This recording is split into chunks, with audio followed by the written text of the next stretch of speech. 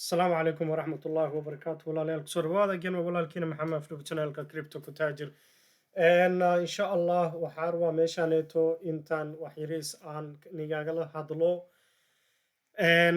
especially mid kale ma ahan cycle analysis wax la yiraahdo BTC galeen ka hadlaya khaasatan oo insha allah aan ka qaadanayno qiyaas ahaan su-aasha zaid oo anaka dhan ay isweydiinayno waxay tahay ma BTC ma ku jirnaa the 4 year cycle-ka BTC tab ma la gaaray bar ama weli wax ma u dhiman dhaqaaq fiican ma u dhiman altcoin season ma soo socoto waxyaalahaas badan ayaa la isweydiinoyaa su-aalashaas ayaa rabaa inaan inta ka taabto and I am going to go back on historygaasaan soo qaadanayaa and fundamentalkaasaan fiirinayaa ma fiirinoyi the on-chain analysis ma fiirinoyi the pi cycle indicator or the MVRZ Zscore kaas meel kale khaasatan si qaas kale aan usoo hadli doona insha allah but this one is waxaa rabaa first of all I want us to focus on the Fed CME group.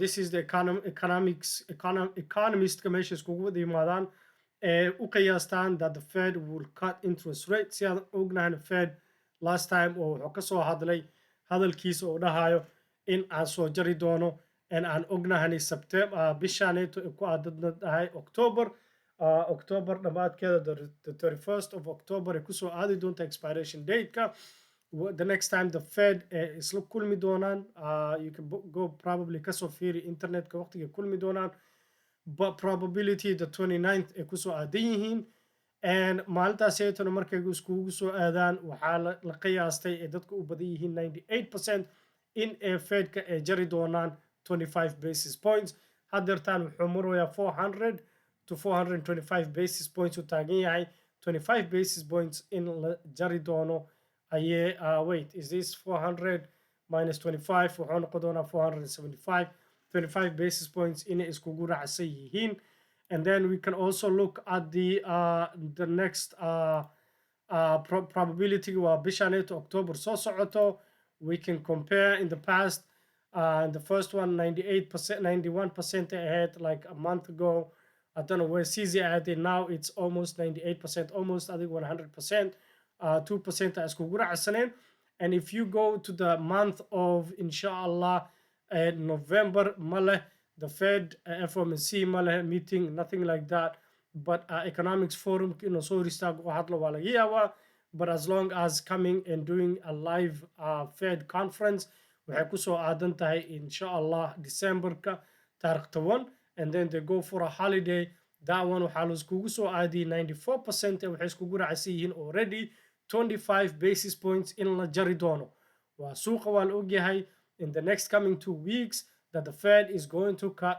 rates 25 basis points and December-na waa la iskugu raacsan yahay in Fed ay jari doono 25 basis points but however the question is 2026 dadka badan waxay taagin 54% in la jari doono and another 40% waa 50-50 and then as you can see as time goes down progresska it goes lower so waqtiga intuu kasii dheeryahay qiyaastooda way sii yareeyaan bal labada bil saddexdan bil October ilaa December-ka waxaa la iskugu ogyahay 2 rate cuts ina dhici doonto most likely January inaysan jari doonin aniga aan u badanahay that they are going to hold it flat and instead waxay jari doonaan March and that's probably February January the announcement of quantitative easing inay bilaawaan ama March inay dhahaan quantitative easing waxaa laga yaabaa quantitative easing-ka xataa inuu bishaaneeto ama bisha kale December he has two times inuu haddeertaan October-kan uu hadli doono ama December inuu dhihi doono quantitative easing a gali doona quantitative easing macnaheeda wax kale ma ahan that they start wax la yiraahdo money printing-ka seeto inay bilaawaan the supply-ga lacagta ay suuqa soo gelinayaan ayay badinayaan taas waa ka hadleynaa iyo wax kale insha allah videoganeeto la soco waxaan iskugu dayay inaan boobsiiyo that's why I'm talking fast because waqtigaa rabaa inaan yareeyo haddii rabtid videoga ku noqnoqo waqtiga inaan kugu dheereeyo marabi so January insha allah adiga when we go to November markaasaan arki doona aniga waxaan isdhowayaa this 50% is going to come down inta aloo bada doona 50% kan intu ayuu zaid u noqon doonaa but Allahu a'lam. But right now we know for sure that October in la jari doono and December in la jari doono, unless the market changes and market data fiican inuu soo baxo, then that probability of December na hoos usoo dhici doonaa if the market data like unemployment, CPI iyo core CPI iyo waxyaalahaas haddii isbedelaan, kana wuu isbedeli doonaa, hoos u imaadi doonaa percentage-ka. And inshallah, so there are two things I want to show you guys right now as inta iskugu diyaarinayno. I'm making my case that probably waxa usoo dhawaanay the top. The top is either number one, I'm at the top BTC waxay at 125, I'm at the top waxa arki doonaa 139 to 140, ama waxa laga yaabaa the top already in the top, ama 126 oo ahay, ama 130 arkena, ama 140 arkena, whichever the case. adiga su-aasha isweydii faa'iidadaadii hadeertaan qaadashadaadii iyo profit takingkaada ma badsanaysaa. If you, let's say, Allahu a'lam, if you bought BTC at 98,000, definitely hadeertaan suuqa u soo kacayo, you start taking profit 10%, another 10%, another 10%, u sii kacayo, just taking profit, anticipating bear market in la gali doono. And I'm gonna lay case my scenario why bear market ka aan u dhownahane more than a bull market. And I will lay my case, inshallah, tomorrow, and ka hadli doona why there is a probability of a bull market. So this case, I am talking mostly bear market scenario ayaan ka hadlaya. So one thing I am looking for right now and iskugu diyaarino is an head and shoulder.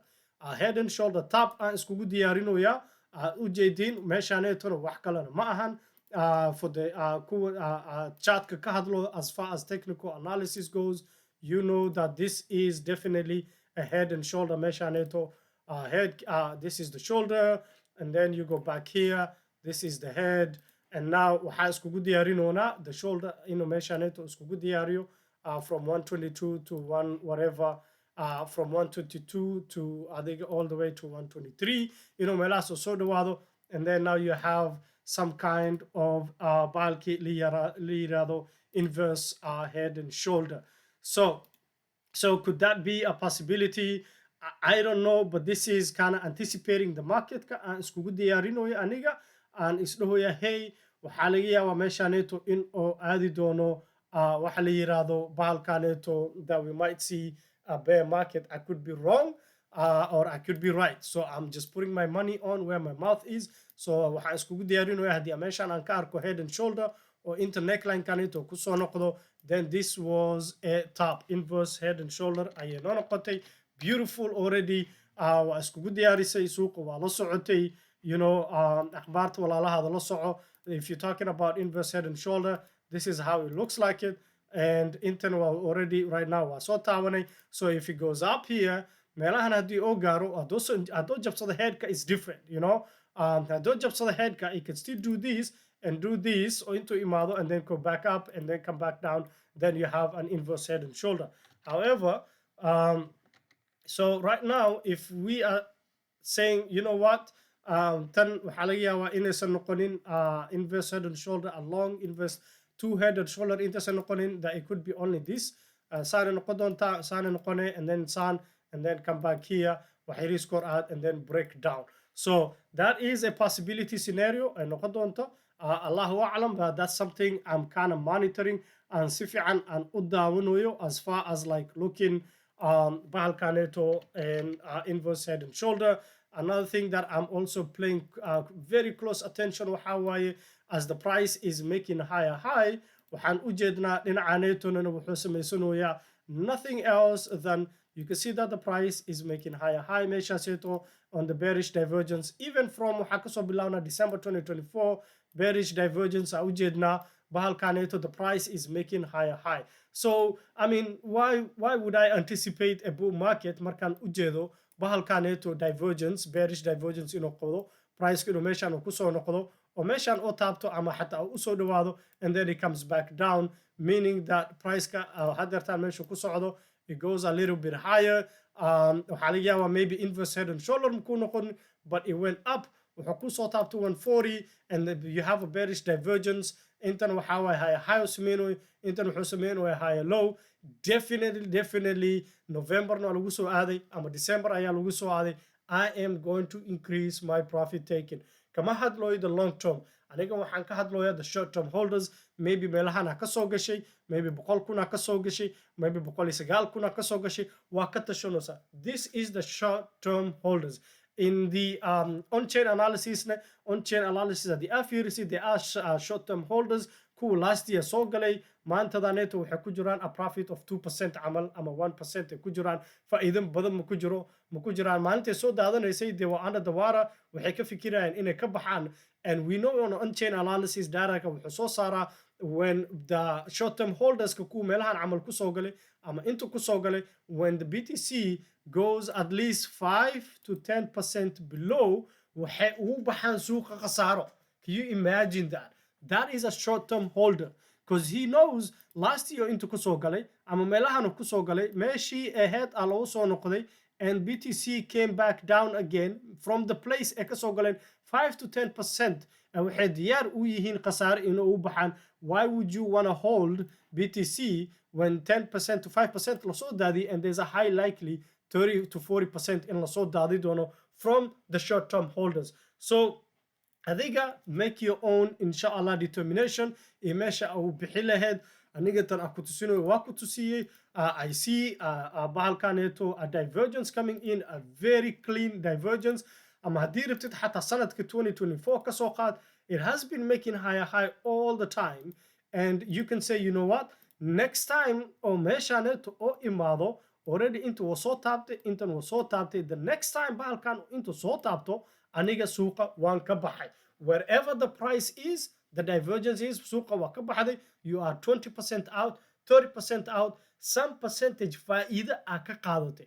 inta kale lacala haddii la dhaho bull marketkan wuu sii soconaya and we are wrong, profit waa ku jirta, waa ka qaadatay, faa'iido suuqa waa u baxday, whatever else waa ku dhaaftay, and it continues, still you are making profit. You can come back and buy again and DCA up, and faa'iidana waa kusii jiri doontaa, khasaare ma ku jiri doonta. haddii uu ku soo noqdona stop loss aa gelinaysaa, meeshii ugu soo gashaa stop loss ka gelinay, faa'iidadii aa gelisay ayuu ugu baxaya. let's say 100 kuna ugu soo gashay, wuxuu aaday 110, lacag kale kusoo dartay, profitkii aa ka qaadatay 105 ayuu ku keenay, suuqa wuxuu ku aaday 120, 130 ku gaaray, haddana lacag kale ku dartay 110 ku gaaray, haddana lacag kale ku dartay 115 ku gaaray.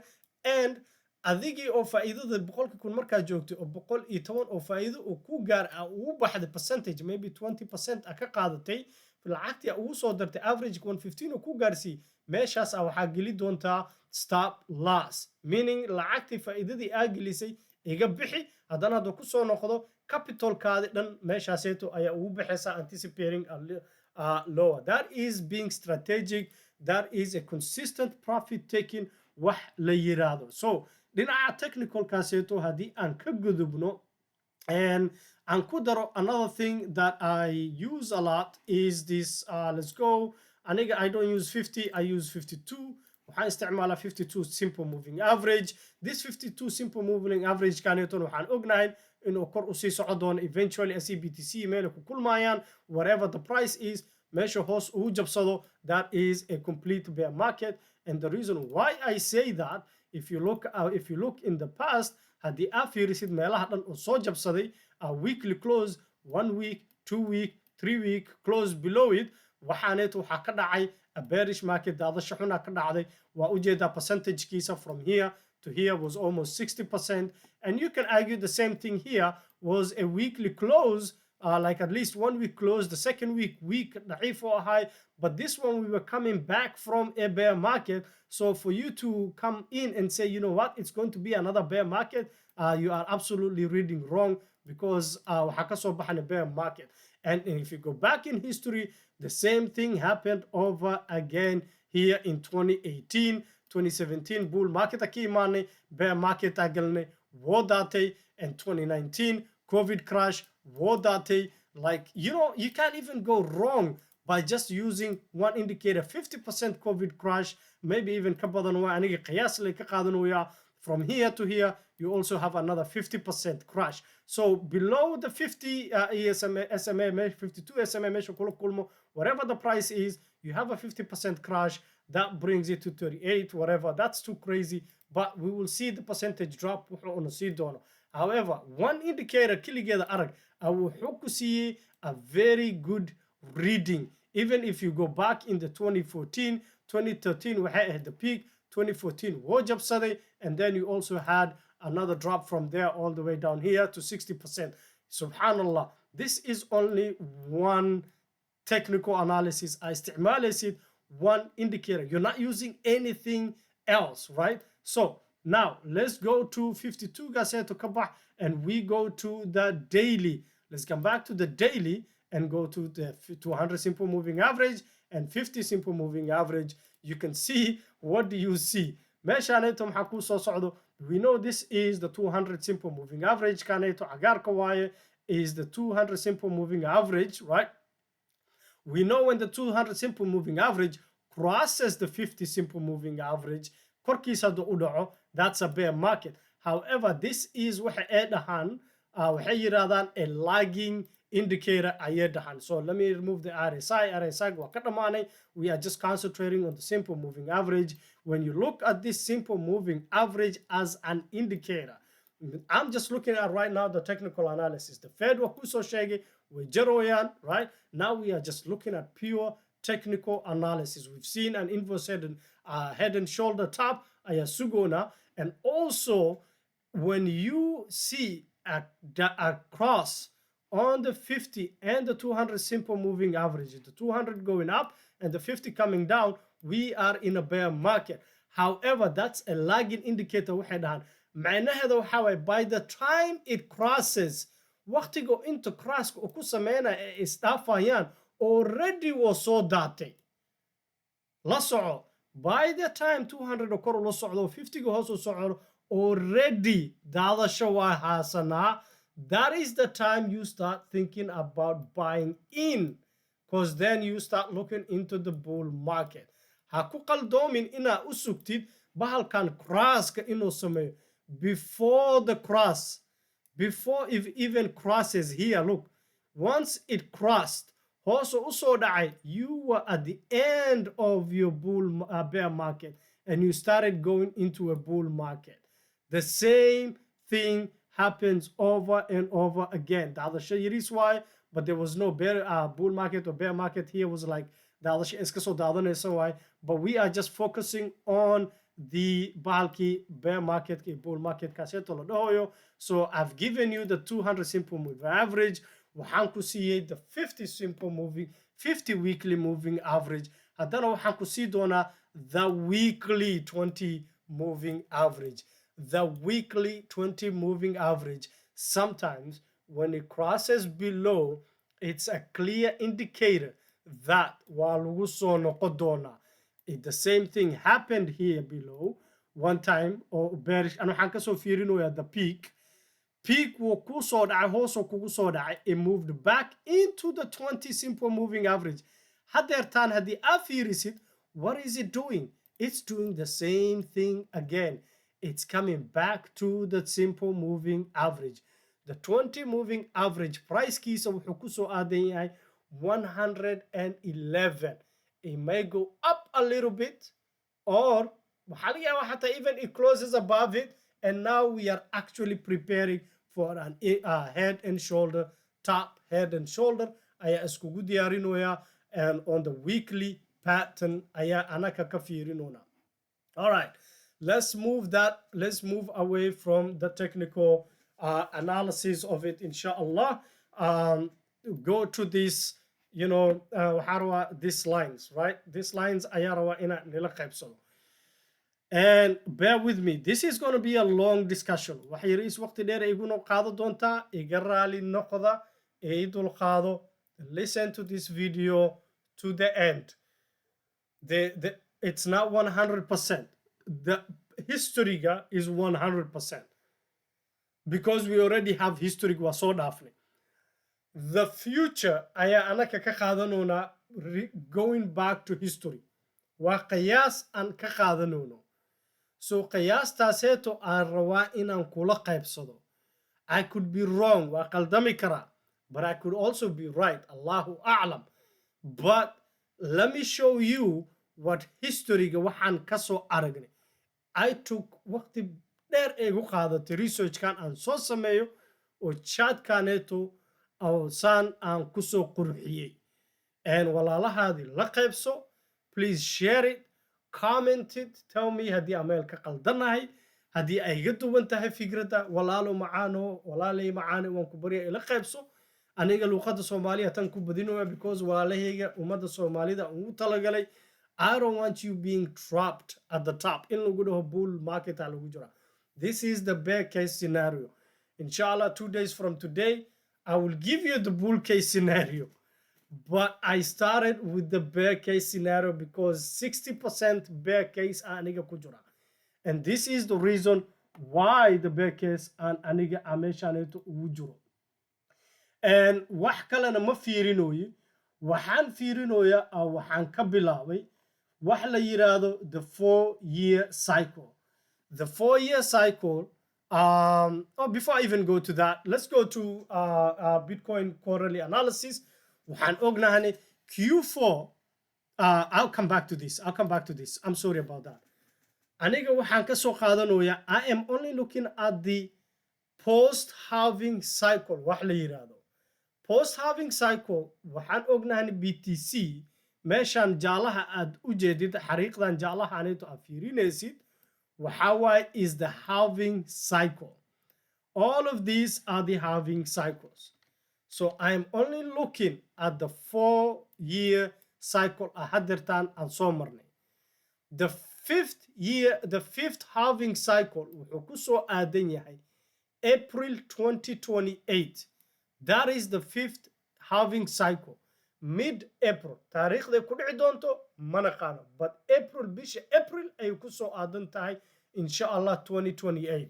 waa ila socota. We have been, waxaan ku soo jirnay 4-year cycle. waa iskugu raacsannahay that the 4-year cycle in laiskugu soo jiro. Okay. Now, if you look at this balkaneto, and I want you just to look at the drawings and samena inshallah. If you look at these drawings, kaneto and samena, just bear with me. Idul Khad. I know it's a lot of drawing, but I'm going to walk you through. The red one are into ujedit, these red ones. Let me see if I can change this to black. Black, probably red. I'll stick to red. Harikadaneto, the red is the top, the green is the bottom, the red is the top, the green is the bottom, the red waxaway top, green kaneto waxoyahay bottom, and red kaneto we don't know, but October, November ama December meesha ku soo aado ayaan saaro doonaa, it will be the top. That is going on history, but I'm making my case probably October is the top. November haddeed noqoto the top, alhamdulillah. December haddeed noqoto the top, alhamdulillah. But we know every time from history, haddii aan fiirinayno aan ku tusinayo idul qaado, that the 4-year halving cycle, from the halving cycle, this is the halving cycle. The halving cycle aan fiirinaysid, it is this yellow line. The yellow line kaneeto meeshaneeto aan kugu soo aadinayo saacadaneeto.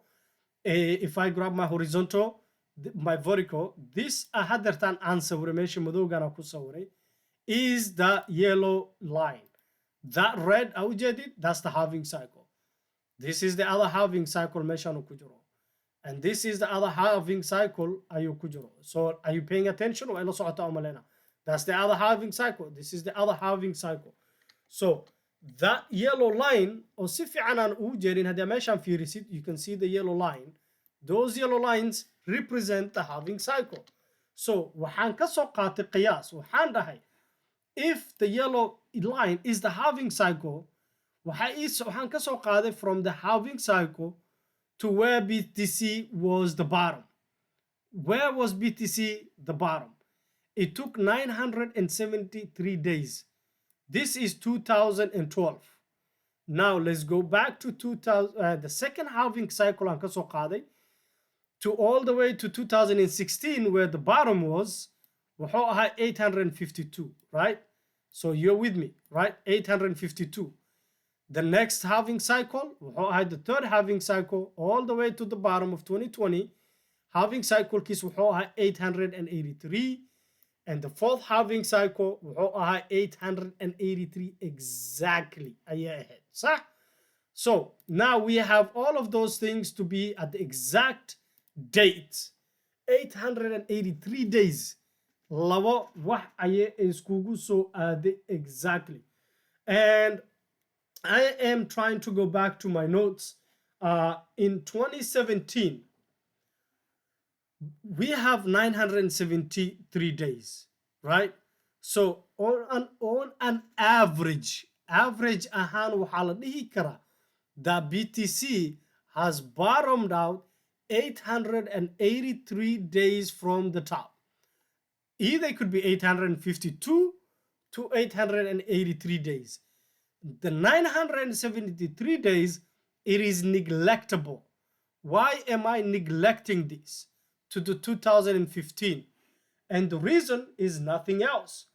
You can go research kaset waa samay kartaa, but there has been a market sentiment change. There has been so many things isbedelay. Waxa isbedelay that it has been gaining media attention. Media meel kastoo ku jiro. Widespread speculative asset ayaa ka dhacay. So many people speculation ka dhacay. This thing would continue. It's going to go higher. Early adoption. Exchange yasha imaadeen. And they started bringing adoption into the markets. Institutions ayaa soo galay. So these things started changing. So that is why the 973 days kaneeto aad u jeedid, I am neglecting it. You could take it or neglect it. That's up to you. Aniga, this 973 waan ka saaray. But like in 973, 853, zaid iskuma dheeraan, only 100 days is dhaaman. Saddex bil ayay is dhaaman.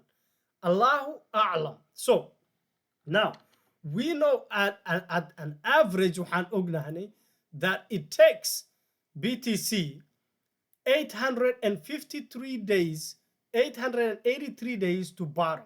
So waxaan dhahay, if the next halving cycle and ognahan, we already know the next halving cycle in soo aadayso 2028. When is our next bottom? If you take these measurements intu ku soo qaadid, that measurement kaneeto intu ku sameeye 853 ganeeto aan u sameeye or 883 wuxuu ku soo aadan yahay the bottom to be 2026. Kan iska daa 2030 waa sii dheereynay. But 2026 ayuu ku soo aadan yahay the bottom. If you take and you say, you know what, 883 average kan qaadanaya, wuxuu kugu soo aadina again next 2026 inshallah October ayuu kugu soo aadina. If you say that, hey, I don't want 883 marawi, waxaan isticmaalaa 882, haddii aad 882 gaas aad isticmaalaysid, wuxuu ku keena 853, it's one bar extra. It's not going to be 852 right here. So 852 days, 852 days, 52 gaas eta u bedelo, it's going to land you on where? Waa ujeedaa. Wuxuu ku keenay bisha, wuxuu ku keenay August, right? So we are here. Let's change to August. Ayuu ku keenaya right there, and 883 wuxuu ku geeyay September, meaning it's the beginning of September or October. It's the same thing that just happened right now. Zaid isku dhaafeen male. So an approximate date ama bilooyinka marka loo soo dhawaado August, September iyo October la galayo, you start taking your profits because waxaad og tahay that the average you start, probably not buy at that time, but as it's coming down, you don't want to miss it out. Yeah, waxaa u baahan tahay oo soo daadanayo gadashaa bilaabatay ilaa October.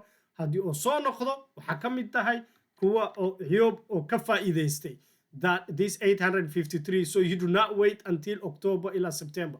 So now we know on an average, bahalkaneto the BTC likes to bottom 853 or 852 days or 883 from the top, wherever the top kusoado. Ama October kusoado, ama November kusoado, ama December kusoado, ama January kusoado. You take that approximation 883, 850. So, but if it gets prolonged, you prolong that too. So now I'm sticking to what the 4-year cycle is seeing. I'm sticking to the history. History to see, if you're looking at the fundamentals, it has always been the 4-year cycle. Okay. Another thing that is so interesting is from the top, the post halving. Again, I am neglecting the 2017. And the reason 2015 kaseto aan u negligrenay waa waag oo cusbay suuqa dadka aysan ku badanin. The media did not explode. Meel kasta ma la galin. Institutions, MicroStrategy, ETF, waxyaalahaas dhan ma imaadin. So gadaale ka soo bateen. And that's why it started changing. So when it started changing, you see from the top, December 17 all the way to the bottom, 2018, wuxuu ahay 365 days. Yeah, from the top of 2021 all the way to November 2022, 365 days. Guess what? Again, this is not rocket science. This is not rocket science, Aki. From the top to the bottom, 365 days, adina October. 365 right there, October. So we know from the top, la'alla if this is the top was in October, I'm just taking 365 days. If October is 365 days, the top, the next bottom adaya October 2026. There is a discrepancy of this average kaneto from the halving cycle. 883 days. We have August, September, and we have also October. So those are the months that you start thinking about increasing your buys, because now we are coming to the bottom. La'ala some crazy things can happen, Allahu Akbar. But this is just going on history. If it will repeat itself, history, it's not rocket science, it could repeat. And if it does, great. You also have a plan. This is purely speculation, brother. 100%, 60 to 70%, this could be real. And we will only know that it was true marka waqtigaaseeto ilaahay uuna gaarsiiyo. Waa iskugu raacsana. So halahan already waan nila qaybsaday that 365 days, 850 gan to 880 gan, 365 days, 883, 365 days, another 883, or another 365 okusinayo October 2026. So now let's go to, that is the bottom aku to see. Now let's go to the top. Wallahi, subhanallah, it is ajib how those days repeat themselves. I am looking at, this is from Bahalki, the post halving to the top, the post halving to the Hankaso Kadano from the Horta Anku to see this red one. Focus on this red, inshallah. This red is focusing on nothing else from the halving, post halving and yeah. I'm not saying pre halving. I'm saying post halving. We're having kadib. How many days did it take for it to go to the top? It took 335 days. People started increasing. Lacag badan u baahan tahay for BTC to actually see a top. That's another reason why it takes longer. It needs a huge amount of liquidity. Lacag badan u baahan tahay for it to see higher. And حرف kala hadhowti nila qaybsana la soco. This, it took 487 days to see the top of December 2017. It saw another top 518 days waxay ahayd November, and it also saw another top 2020 and 2028, 2026 haddii aan fiirinayno.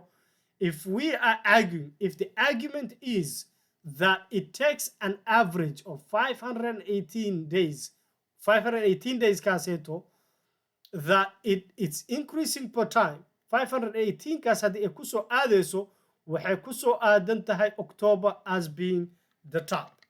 So let's say that it's not 518, it's 549. waxay kusoo aadaysaa haddii aad fiirisid November, meaning that this 883 ganeeto waa dheereene, it becomes 800 and 914 days ayuu ku gaarsiina. But I am only sticking to what the past history showed me. And the reason why I say this, 518, and the reason why aniga ansaan udahoyo, historically, this is why, historically, post-halving, marka ee dhacdo kadib, we go to 2012, 2013, historically, Q4 ga fiirino. Historically, we know 2012, 2013, wuxuu ku dhammaaday green.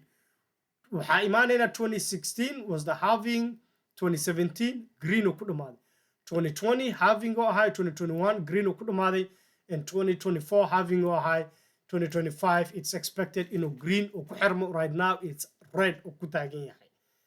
That tells you all the time the Q4 people are anticipating the post-halving kaaseeto in a bear market la galayo.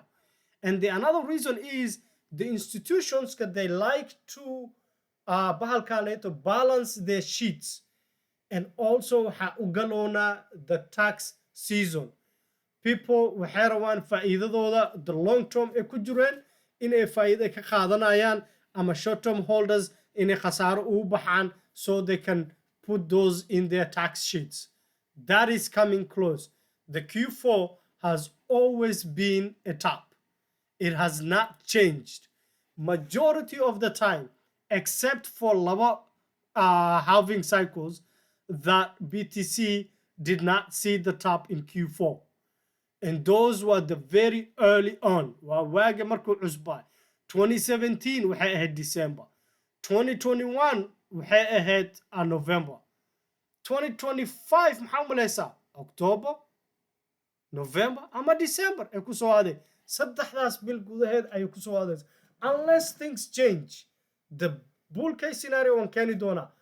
But likely than not, that bear market ka waa sankiisa u saarannahan in aan bilaaweno. And we want to capitalize. waxaa rabnaa faa'iidadeena inaan badsano oo khasaaradeena aan yareeno. That is why I went back and checked on history. Okay. Another thing aan fiiriyey wuxuu ahay, kana iska sameeyo, wuxuu ahay aan fiiriyey, I said forget about the halving cycle. I just want to focus on the I want to focus on the halving cycle, not the post halving. It doesn't matter. From the previous halving cycle to the top, how many days did it take? The halving cycle uu hore wuxuu ahay November 2012. It came all the way. You are looking at this one. Kan madowgan hadda fiiriya, this black one. It took 1,826 days from the first halving cycle all the way to the top. 2017, 1,826. The second halving, which was on July 2016, to the next top, waxay qaadatay 1,918 days. 1,918 days. You can see that a trend meeshaan ka soo baxay. And the trend is your friend until proven otherwise. That it took it a little bit longer. Ayay qaadatay. Waqti yaris ayay ku darsamatay. Right? 826 to 918 days. 100 days ay ku darsamatay. From the previous cycle, which was the halving cycle 2020, the third halving cycle of Irinona, and come back to this black right here, it took 1,948 days to probably go to the top hadertan aan taagannahay 1918. The reason why aniga aan u qaatay 1948 is because of this 518. This 518 wuxuu igu soo aadiyay October. The 1948 haddii aan ku daro soddon beri, if I extend this haddii aan dheereeyo 1948 wuxuu ii keenaa October. haddii aan khaldanahay 2000 waay November, no not November, waa kan go back waxaa rabnaa November waxay noqonay 1979, and then you have this one will also change waxay noqonay 549 days. Whatever the case, the bear cycle is right here at the corner. Whether it be October ha ahaato ama November ha ahaato ama December ha ahaato, waqtigaaseeto anaka maka dheerni. We are very close to it. So if we are close to it, adiga maxaa sameynaysaa? If this 1948 will be the same, the next year, the BTC top cycle wuxuu ku soo aadi doonaa 2029 August ama September ku soo aada. If I'm using 1948 and I use 1949 from the halving cycle, which is the fourth halving cycle, wuxuu i keenaa all the way to next 2029 August September. So you can see you have 3 years of bull market from 2026. When the bear market also dhamaado, you will have at least 3 sano aad aruursan kartid. Shitcoin ku ahaado ama Bitcoin ku ahaado. But majority, the bull market, Bitcoin will always lead and everything else will lag. Intaysan soo qabsanin aysan iskabin waqti dheer ayay ku qaada doontaa. waxaa laga yaabaa BTC inay kor aado oo altcoins si fiican hadan another low u samaystaan. So that is dhibaatada ee altcoins ay qabaan. The bull market will be led by BTC. Okay, another interesting days aan soo qaatay waxaan dhahay from the top. waxaan ka tagay the halving cycle waan ka tagay. waxaan dhahay I started taking from the bottom of 2012 to the top of 2017. It took 853 days. And from the 2017 marka suuqa lagu soo batay to 2021, it took 1066 days. It's an average. So the days that it takes for BTC to see a top because of the institutions and ETF, your media, and also speculative ka dhacayo iyo ummadda ay ku soo bateen, yeah, adaptation ka, and also MicroStrategy, big money coming in.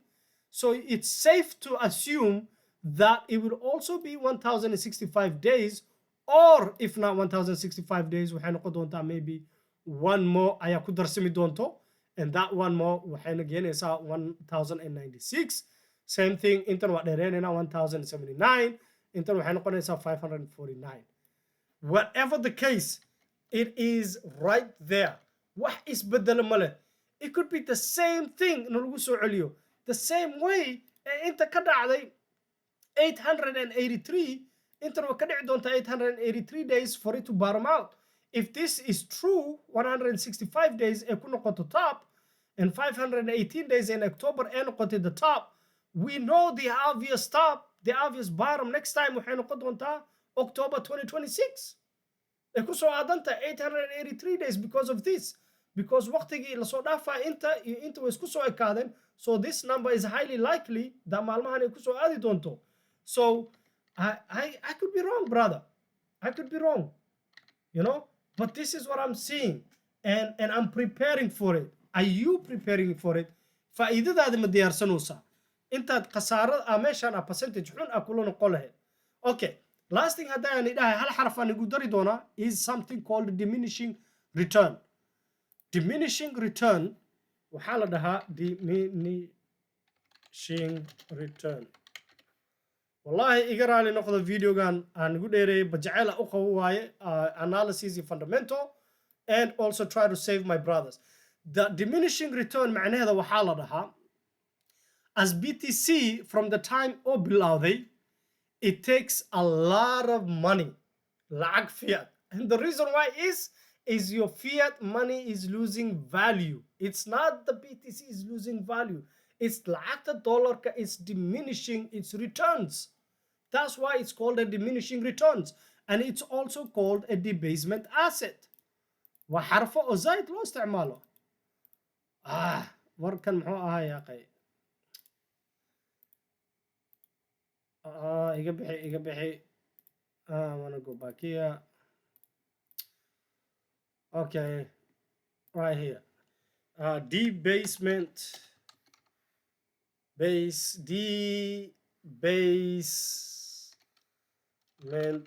asset. هذه أقل iga صح. So this is another thing. It's called a debasement asset. You are waxa u isticmaalaysaa dagaalkaadii dhinaca dollarka ayaa la dagaalamaysaa.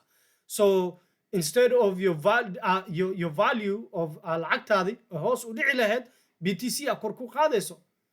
So instead of you losing the liquidity, losing bahalkaadii due to inflation, which we will get another inflation in 2026 most likely, inuu kor haddana usoo kici doono hoos usoo dhigaana kor wax yar usoo kacdo, there is a probability that bahalkaneeto, it is true that it's a diminishing return. The reason why lodahoyo, it takes a lot of money for it to see a higher lacag badan in la geliyo waay, because lacagtii dollarka hoos u dhacday, qiimaheeda hoos u dhacayso. And this is, I want you to look at this. This is what I want you to pay attention. That is the red mark ameshaneeto aan ku sameeyey. Let's change this to a red so you can actually, let's change it to even a blue. So you look at this percentage. This is from the first halving to, we know BTC when it sees a top. So the other shade is sold out. So from the halving kaneto, I did not take the bottom. The halving kaneto for it to go all the way to top, 8,746%. And the second halving to the top, 2,886% in a kacdo.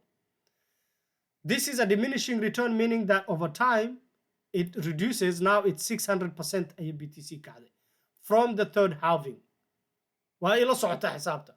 So over time that percentage reduces because it takes a lot of money to move the market, especially crypto and BTC. Especially BTC. Altcoins does not take a lot of money. If that is the case, the next bear market, if you take from the halving cycle, which is the fourth halving, and you say, this is a case scenario under Hoyo. Let's say that we know that, okay, let me show you something else on a monthly. Let's go to the monthly range. We know that every time BTC is sold out, from the top is sold out, it likes to go back to its previous high. If it doesn't go back to its previous high, it goes lower. Like here, 2013, the previous high in the head, BTC, from here, right there, right? So aweneo, let me make it two. Right? I mean, not so, I mean, it came down. The previous high from last time, it was right here. Previous high wakasa. The top cycle on Firinona. The previous high is right here. This is an approximation on Saru. I think I'm not going 100%. So that qiyas it's right there. So we know every time BTC sees a bear market, it sees a huge drop that it likes to go to the previous high, neglecting probably the 2017, neglecting the 2013 It takes a lot of money to take out of the market for people to balance their portfolio. They balance their portfolio, akhi. So the next time we might see BTC that it comes back. If it's going to visit again the 60,000.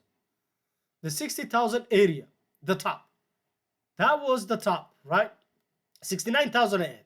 So it's going to revisit again the 69,000 and maybe go a little bit lower to that 59,000, whatever ee kugu imaado.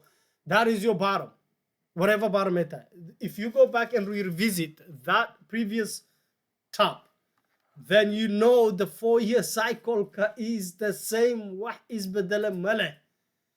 And if that is the case, if it comes back to 68,000 or 69,000, for the benefit of the doubt, 69,000 al wusu celiyay. Let's see what is 69,000 to another top.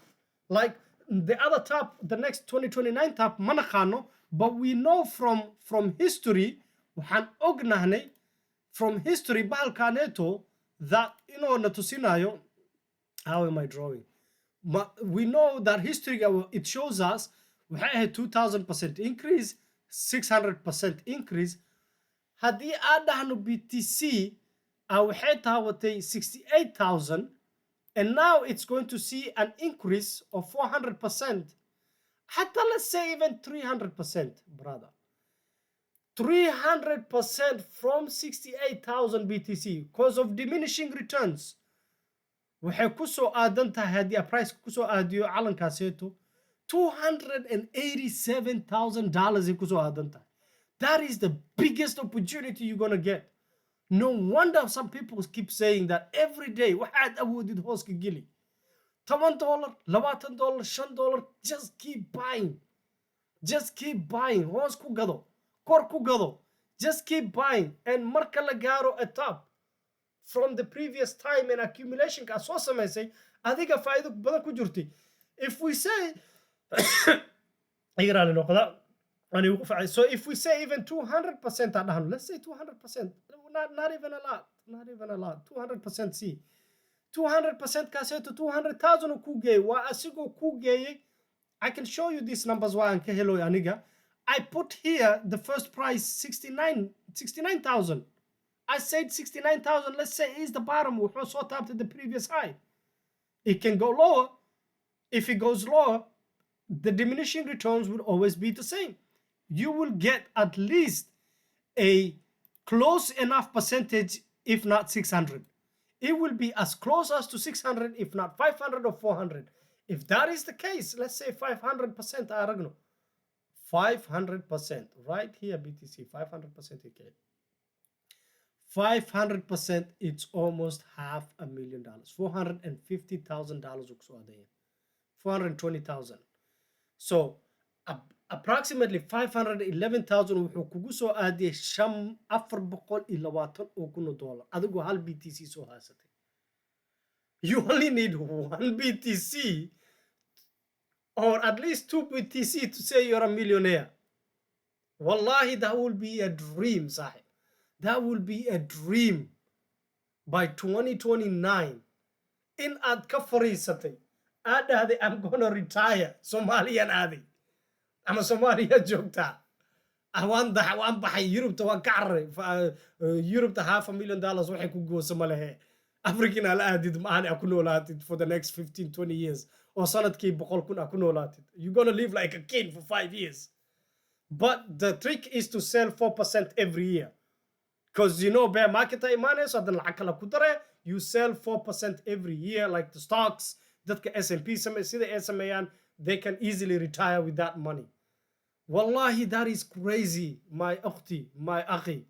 I have nothing else to tell you than to accumulate every single time. Lastly, oh my God, 1 hour video ayay noqotay, but wallahi, if I did not, I have put all the effort that I could put in this one video, and probably about a Google qaado doonta before I actually even bring another video. Waxaan rabaa inaan ka hadlo waxa la dhahoyo quantitative easing a soo socoto. I went back and researched quantitative easing. Maadaama aan bearish aan ka hadloyo quantitative easing waa taawad wana bullish dhinaciisa dhunti araw inuu hadlo. You know what? I'll save this for another day. Video ganeto ha kugu ahaato at least the bear market scenario and the bull top and the bear market top. Bearish scenario giisa ku ahaato, that we have seen the top ama taabka wax yara ka dhiman, and even if the taabka soo socdo adiga you already know what to do. What is diyaarisay, right? If it plays out exactly as last year BTC, if it plays out exactly the same way it did pre-halving or percentage sidiis uu ku ahay, wallahi there's nothing different than that year to this year and the next coming year. waa isla meeshii ayuu taagan yahay, wax uu isbedelay ma leh. waa la socotaa qiyaasta inta ka qaado, prepare yourself, start taking your profits, and inta kale ha kugu harto. hadduu ilaahay ku siiyey alxamdulilah, hadduu ilaahay kaamada dhigay ummadda oo ku nasiibsaday oo kheyr oo I can talk crap, but rizqa ilaahay ayaa wato. You do not need to worry about the future, sahib. Just play your strategy, guys. Inta kale ilaahay u daa. haddii aa waxa ku heshay oo ilaahay rizq kaaga soo saaray, ilaahay u nimcay alxamdulilah dheh, ku soco. Don't be greedy. inta qaadi karti ka qaado. daadashada markay daadato, daadashadaasayto it's going to be freaking heavy. That the percentage of bear market drop is 70 to 80% drop. And if that is the case, daadashadaasayto is not daadasha hal mar dhacayso. You can go back in time and look that daadashada, when it starts dropping, it takes a lot of months. It did not take 1 month. It takes several months in its daadato. This is a fun fact. An arke. If you count this red, from here, from the top to the bottom, this I'm looking from here to here. Again from here to here. It's crazy. It's crazy. 396 days from the top to the bottom, 396 days from whatever hadeertana kuu qaadato. That's just, look, kalana iska gaala arag uu isoo saaray. I wasn't even like, I wasn't even sida kuwan camal aan u xisaabin ama u xisaabinayn. This is a rough, I just took and it gave me 396 days. Wallow mid isku aadan ka wara to the bottom. So you can exactly do the same thing over again. If here is the top, 396 days, waxay kugu soo aadan tahay November. I mean, what more do you need? You already have your next year analysis, October kaad bear market waqtigaa soo noqoleed, suuq waa ka maqnaan kartaa, and then come back next year. Subhanallah. But anyway, that was not what I wanted inaan ila qaybsado. waxaa rab inaan ila qaybsado soo daadashadan inta soo daadanayso. If you count the amount of red ku jirto, ani black ay tahay 1 2 3 4 5 6 7 8 9 10. inta nila xisaabi 1 2 3 4 5 6 7 8 9 10. La ilaha illallah. I have no idea. No idea. 10 months of sell-off. Come on. It happened 10 months of the other show. So whenever you see that BTC tapkeeda intay taabato ee ku noqon waase hadda laga soo daaday daadasho inay ka dhacdo waa another daadasho dhacdo, waxaa xisaabsanaysaa 10 months. That's it. You don't even need anything else. 10 months is ka maqnaaw ama 8 months soo maqnaaw and then come back suuqa lacag soo gilgili tartiib. Wallahi subhanallah, this is not rocket science, my brothers and sisters. Inshallah, save yourself. We know that it's going to close on a green, inshallah. By November, waxaan ognahay Fed cut in soo galayso. Everybody's anticipating a Fed red cut. So definitely we are going to see some green come in. And you need a bullish, the bullish scenario is to close above this previous low. Haddii aad ku noqono on a daily ala fiirinayo, you at least need to close above this 117, 180 ganeto. Waa inaa soo dhaafta. Not this one. This is yaa kan been kugu sheegin, brother. Look at the previous one, okay? This is your previous high guy. So here's your high, here's your high. It's not this one, okay? Macallimiinta, I don't know what kind of classes you have, but who's your teacher? But I'm not your teacher too, but this is how I look at it. This is high, this is high. So this is high, this is low high, this is high. So this your next high, jabsado, you want to break above this. so that you can target this. صح? That's how it is. So for bulls to come back in the market, close above this and hold it, not come back. Why not hold Gresa and show some bullish divergence in Okuno Donto 120 Melahaneton iska ilali, waxa soo gali doono the weekly-ga aan iskugu diyaarinoono aan ku diyaarsamayno aan dhahoyo hey there is a probability that meeshaneeto inay noqon doonto shoulder head another shoulder inta imaan doonto and this is the neckline. اقرا لنا خذوا 1 hour video. السلام عليكم ورحمة الله وبركاته.